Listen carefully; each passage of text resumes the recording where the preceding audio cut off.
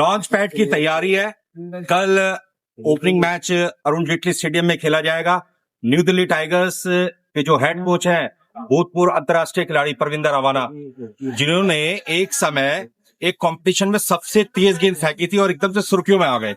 सबसे पहले उसके बारे में बताएं, वो क्या सब कुछ हुआ आपके साथ, एकदम से आपका क्रिकेटिंग कैरियर ही बदल गया।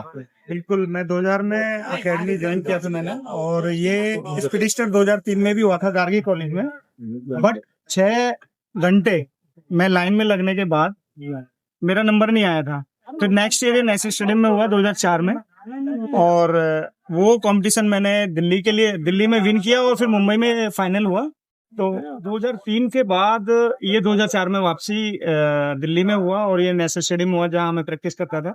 तो मेरे को मौका मिला बॉल डालने का, तो दिल्ली से मैंने जीता, और फिर इसका फाइनल जो कंपटीशन था वो मुंबई में हुआ, वहां भी मैंने इसको जीता। और हम 1 महीने ऑस्ट्रेलिया के लिए गए, जहां मैं और अशोक डिंडा दोनों लगभग सबसे तेज बॉल डाली थी। 70 से 75 हजार लड़के थे, और जीतने के बाद मतलब अलग ही फील होता है कि ओएनजीसी ने मेरे को स्कॉलरशिप पे रखा। मैं 10 साल ओएनजीसी के लिए खेला, उसके बाद इनकम टैक्स में मेरा जॉब लगा, और जब कहीं ना कहीं मेरे लिए वो बहुत जरूरी था ओएनजीसी में जाना। वहां पर सारे सीनियर प्लेयर थे, उनके साथ खेलने का मौका मिला, जो अनुभव मिला वो मैंने रणजी ट्रॉफी में दिखाया। 6 घंटे तक आपने दमखम दिखाया मैदान में, और अगर डीपीएल के परिप्रेक्ष्य में बात की जाए तो 2 घंटे के अंदर हम प्लेयर पिक कर लेते हैं स्क्रीन पर देख करके। जमीन आसमान का फर्क है आपके समय में और डीपीएल के चयन में। नहीं, अभी जो भी उस टाइम ऑप्शन में थे, मैं नहीं था ऑप्शन में, बट परवीन भैया और अजय भाई थे, और 2 कोचेस भी थे, पुष्पा जी और बंडू सर, पूरी टीम थी। तो वो क्या कर रहे थे, पीछे सभी प्लेयरों की जो परफॉर्मेंस थी वो एनालाइज किया, और जो बेस्ट। चलिए पहले कैंप की बात कर लेते हैं। इतने सारे प्लेयर्स को इकट्ठा करना, तालमेल बिठाना एक बहुत बड़ा चैलेंज रहता है किसी भी कोच के लिए। बिल्कुल बिल्कुल, हमने एक प्रैक्टिस सेशन 12 में किया था, फिर 14 से लेके और 18 तक हमने एक कंटिन्यू कैंप स्टार्ट किया, जो गौर सिटी में नोएडा वैस्ट में किया। बहुत अच्छा वो सफल रहा, जिसमें जो प्लेयरों को जानने का मौका मिला, और जो उनकी स्किल थी उनको और इम्प्रूव करने का मौका मिला। तो सभी कोचेज ने अच्छा काम किया, और बच्चों ने बढ़ चढ़ कर उसमें हिस्सा लिया और स्किल को इम्प्रूव किया। जो हमें चाहिए था उससे भी और ज्यादा उन्होंने करके दिखाया। खेल के मैदान में टेक्निक, टैलेंट और टेम्परामेंट के साथ साथ एग्जीक्यूशन बहुत जरूरी है। एग्जीक्यूशन आप समझते हैं कि आप जितनी मर्जी अच्छी कोचिंग ले लें, अच्छे कपड़े पहन लें, बढ़िया स्पाइक्स पहन लें, लेकिन जब तक लाइन और लेंथ के बारे में आपको नहीं पता, आप तब तक खेल के मैदान में प्रॉपर एग्जीक्यूशन नहीं कर सकते। उसके बारे में क्या बताएंगे? बिल्कुल, जैसे वो वीक हमने स्किल्स पे काम किया, सबको जाना।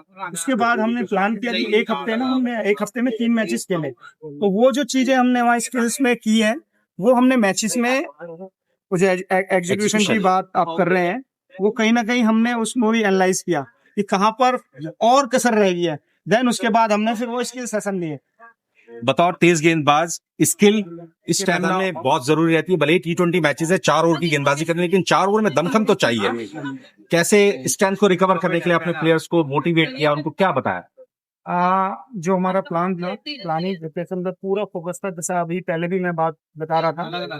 तो इस पे हमने इंडोरेंस पे काम किया, स्ट्रेंथ पे हमने काम किया, और बॉलर्स के वर्कलोड पे भी हमने काम किया, और बैट्समैन को लंबी बैटिंग कराई। और जैसे आप बात कर रहे हैं कि छोटा फॉर्मेट है, इसमें जान लगती है। आप 6 घंटे का गेम नहीं खेल रहे, आप 1 घंटे 20 मिनट का ग्राउंड में रहेंगे, तो उसमें कहीं ना कहीं आपके ना मेंटली टफनेस की बहुत जरूरी है। आपने जो काम किया वो तो ठीक है, अगर आपने बहुत अच्छा 100% 200% प्रैक्टिस में करके आए, तो आप अगर 100% भी आप दे पाए ग्राउंड में, तो रिजल्ट निकलेगा ही निकलेगा। आपने मानसिक मजबूती की बात की, लेकिन मानसिक मजबूती के साथ साथ एकाग्रता, कंसंट्रेशन बहुत जरूरी रहती है, और खासतौर से डेथ ओवर्स में। उसके लिए कुछ खास बताया आपने अपने फास्ट बॉलर्स को? अनुभवी गेंदबाज है मेरे पास, और जो हमारी प्रिपरेशन रही थी, हमने first power play, middle over और डेथ ओवर, ये तीनों हमने कंप्लीट किए, और देखने को आपको मिलेगा जरूर। तो हमने काम किया है डेथ ओवर के लिए, और स्पेशली फास्ट बॉलर हो या स्पिनर हो, सबको काम कराया है, तो आपको देखने को जरूर मिलेगा। अभी मैं आईपीएल को फॉलो कर रहा था, मुझे आशीष नेहरा पूरे आईपीएल में नंबर 1 कोच दिखाई दिए। कैप उल्टी होती थी और चुपचाप लाइन के बाहर खड़े होते थे, कोई लैपटॉप नहीं, कोई नोट पैड नहीं, कोई साथ में असिस्टेंट नहीं, लेकिन जो उनकी कोचिंग का तरीका था बिल्कुल अलग था, और गावस्कर काफी प्रभावित हुए। मुझे ऐसा लगता है आपका भी शायद यही अंदाज देखने को मिलेगा इस डीपीएल में। बिल्कुल बिल्कुल, क्योंकि आपको ना जो दिख रहा है वही बताना है। उस टाइम टेक्टिकल अवेयरनेस इतनी होनी चाहिए कि सिचुएशन क्या आने वाली है। सबको पता है कि यॉर्कर कैसे डालते हैं, बट उस सिचुएशन में क्या करना है, क्या प्लान है आपके पास, सेकंड प्लान क्या है, बी प्लान क्या है, सी प्लान क्या है, तो अवेयर तो रहना पड़ेगा। और अगर आप कॉपी पेन ले लोगे तो फिर आप मैच में नहीं रहोगे, तो आपको फोकस रहना पड़ेगा। कोचिंग का मतलब ये है कि समय की क्या मांग है, what is the demand of the time, और उसके अकॉर्डिंगली अगर कोचेस इमीडिएटली अपने खिलाड़ियों को सूचित कर देते हैं तो सोने पे सुहागा। यही कहना चाहते हैं आप? बिल्कुल बिल्कुल, और मेरी जो टीम है ना, जो हम सारे सपोर्टिंग स्टाफ है, बहुत ही अच्छा काम कर रहे हैं और अनुभवी हैं। थापर भाई हुए, अजय सर हुए, और पुष्पा जी हुए, बंटू सर हुए, और पूरी जो भी मैनेजमेंट की जो टीम है पूरा प्लेयरों को सपोर्ट कर रही है। बस यही चाहिए कोच को कि मैनेजमेंट मेरे प्लेयर को सपोर्ट करे और सारे मिलकर काम करें, रिजल्ट अच्छा है। कमेंट्री के दौरान अमूमन हम चर्चा करते हैं कि जिस बॉल से टूर्नामेंट खेला जाना है उस बॉल का अगर उपयोग प्रैक्टिस सेशन में किया जाए तो बॉलर्स बॉल के ऊपर नियंत्रण स्थापित कर सकते हैं। तो क्या कुछ ऐसे ही प्लान रहा? किस क्वालिटी और ब्रांड की बॉल यूज होगी डीपीएल में, और आपने प्रैक्टिस सेशन में कौन सी बॉल यूज की है? हमने जो प्रिपरेशन थी, जैसे पहले भी मैंने बताया, जो चीजें हमें मैच में मिलेगी उससे सभी प्लेयर अवगत है। वही सिचुएशन हमने उनको डाला है कि क्या सिचुएशन आपको ग्राउंड में आएगी। तो कोकाबूरा बॉल को खूब यूज किया हमने। जो मैचेस खेले हैं या प्रैक्टिस किया कोकाबूरा बॉल से ही किया है, क्योंकि लड़के सब एसजी बॉल से खेलते हैं, तो उनको अनुभव मिलेगा उस बॉल से कि कितना स्विंग हो रहा है, कितना स्विंग नहीं हो रहा है। डैश किया है, कहीं ना कहीं रात को वो ड्यू फैक्टर होगा, तो पहले से पहले प्रिपेयर है अपने लड़के। ये बहुत अच्छा पॉइंट बोला परविंदर रवाना ने, क्योंकि ये जमीनी खिलाड़ी रहे हैं ना, ये खेत खलियान से उठ करके भारतीय टीम तक पहुंचे हैं। इनको पता है कि गेंदबाजी करते हुए किस प्रकार की समस्याओं का सामना करना पड़ता है।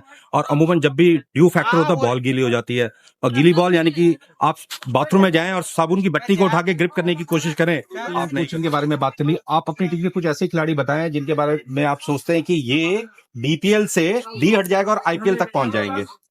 काफी अनुभवी प्लेयर हैं। जो आप बात करें, हिम्मत सिंह लास्ट ईयर आईपीएल में गए, डीपीएल की वजह से काफी परफॉर्म किया। इस साल एलएसजी की टीम में थे और खेले भी मैच में। हाँ, मैचेस खेले, 3 मैचेस वो खेले हैं। प्रिंस यादव अपनी टीम में है, फास्ट बॉलर है, वो भी एलएसजी के लिए खेले। और ध्रुव कौशिक अपकमिंग स्टार है दिल्ली का, काफी अच्छी बैटिंग कर रहा है। और पंकज जायसवाल है, पिछले वो मुंबई के लिए खेले हैं, अपनी टीम में है। और राहुल सागर है, केशव दलाल है, तो काफी युवा आर्यन दलाल है। और left arm spinner Atreya Tripathi है, और अजय राणा है। तो काफी यंग टैलेंट है जो मेरे को देखने को मिला। गर्मी है, परविंदर रवाना के चेहरे से आप पसीना देख सकते हैं। यही पसीना इन्होंने खेल के मैदान में बहाया है और भारतीय टीम तक पहुंचे हैं। चलिए अब आखिरी में इसको कंक्लूड करते हैं। आप इस डीपीएल की सबसे मजबूत टीम किसे मानते हैं आपके अलावा?